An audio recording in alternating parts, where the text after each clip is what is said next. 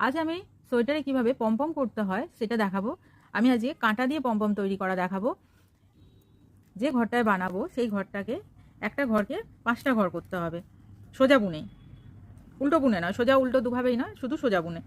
এইভাবে 1 ব্যাক লুপে আরেকবার, 2 এইভাবে ফ্রন্টে একবার, 3 ব্যাক লুপে একবার, 4 আর একবার ফ্রন্টে 5। একটা ঘরকে 5টা ঘর করে নিলাম। এবারে এটা 5 কাঁটা বুনবো। 5টা রো বোনা হলে ঠিক এইরকম দেখতে হবে। এরপরে সোজা কাঁটায় 6 রো সোজা কাঁটায় দুটো ঘর একসঙ্গে জোড়া হবে প্রথমে, তারপর 3টে ঘর একসঙ্গে জোড়া হবে, এইভাবে জোড়া হবে। কাটা এখন দুটো ঘর, লাস্টের ঘরটা ফার্স্টের ঘরের ওপর দিয়ে ফেলে দেবো। একটা ঘর যেরকম 5টা হয়েছিল, 5টা ঘর আবার একটা ঘর হয়ে গেল।